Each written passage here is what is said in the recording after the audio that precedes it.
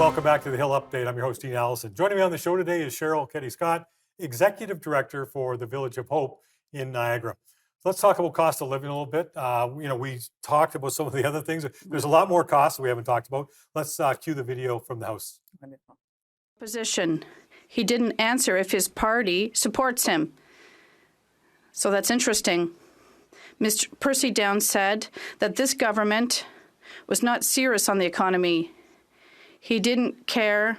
They're throwing money on anything that crosses their mind, and they don't care about the rising costs of living or the huge debts that are piling up. Even the Liberals agree that this Prime Minister is not worth the cost. Is it only Mark Carney who can save the Liberal government? The Right Honourable Prime Minister. Mr. Speaker, we know that we made a choice that the Conservatives don't agree with. We chose to invest in Canadians because confident countries invest in their people. While they preach austerity and cuts, we were there to provide $10 daycare across the country. We were there to provide the Canada Child Benefit. We were there to help with public transit and housing. We were there to help our seniors and our students. All of these programs, the Conservative Party has opposed, and they continue to support, also vote against dental care for children and help for Canadians in need.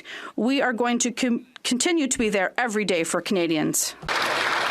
All right, we've talked about food bank use. We've talked about the cost of food. We haven't talked about the overall cost of living, and that includes heating and a number, transportation, all that kinds of stuff.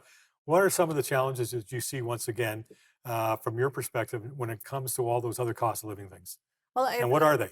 I think it's a whole gamut. I think, we all know that, obviously food has gone way up, but utilities have gone up, rent's gone up. But it's a ripple effect to everything. When you have inflation and the interest rates go up, those who are trying to pay their mortgage, when they're renewing their mortgage, the interest rates are up. But it's also everything from your car insurance to when you go to the gas pump to, the cold weather comes, you got to turn on that heat. I mean, last year, we had 18 families living without heat. This year, I think it's going to be a lot higher. We see 22% of the gas bills are going up in your homes to heat your homes. But it's a whole gamut. So if you're on a fixed income and you're a senior, you're really struggling. So the single moms and even the family with two incomes, it's a real struggle out there with this cost of living and everything going up, up, up.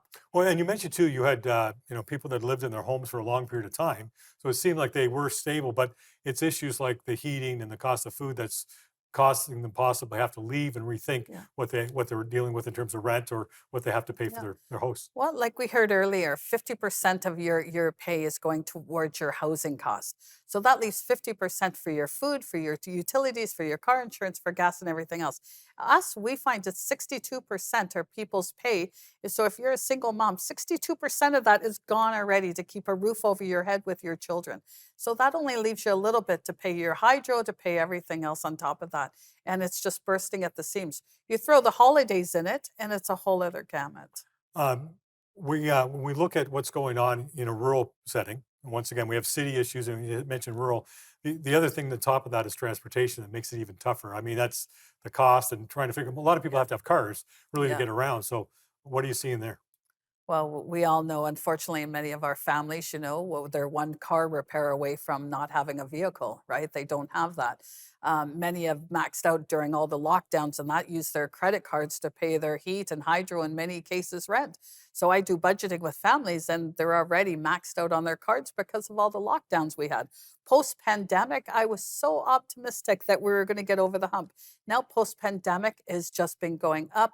And it's just been a struggle and a burden on families. Like I said earlier, the gap between the haves and the have-nots is getting very drawn, very clear. Got 30 seconds left. Any suggestions for us on how we can fix some of these things?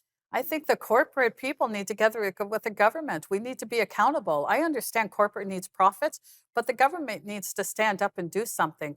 This is not sustainable going up like this. We're going to have more and more people out of their homes, living on the street, and more people are going to be using food banks like Village of Hope Niagara. Thank you, Cheryl. Thanks for joining us on the show this week. Thank you so much, Dean.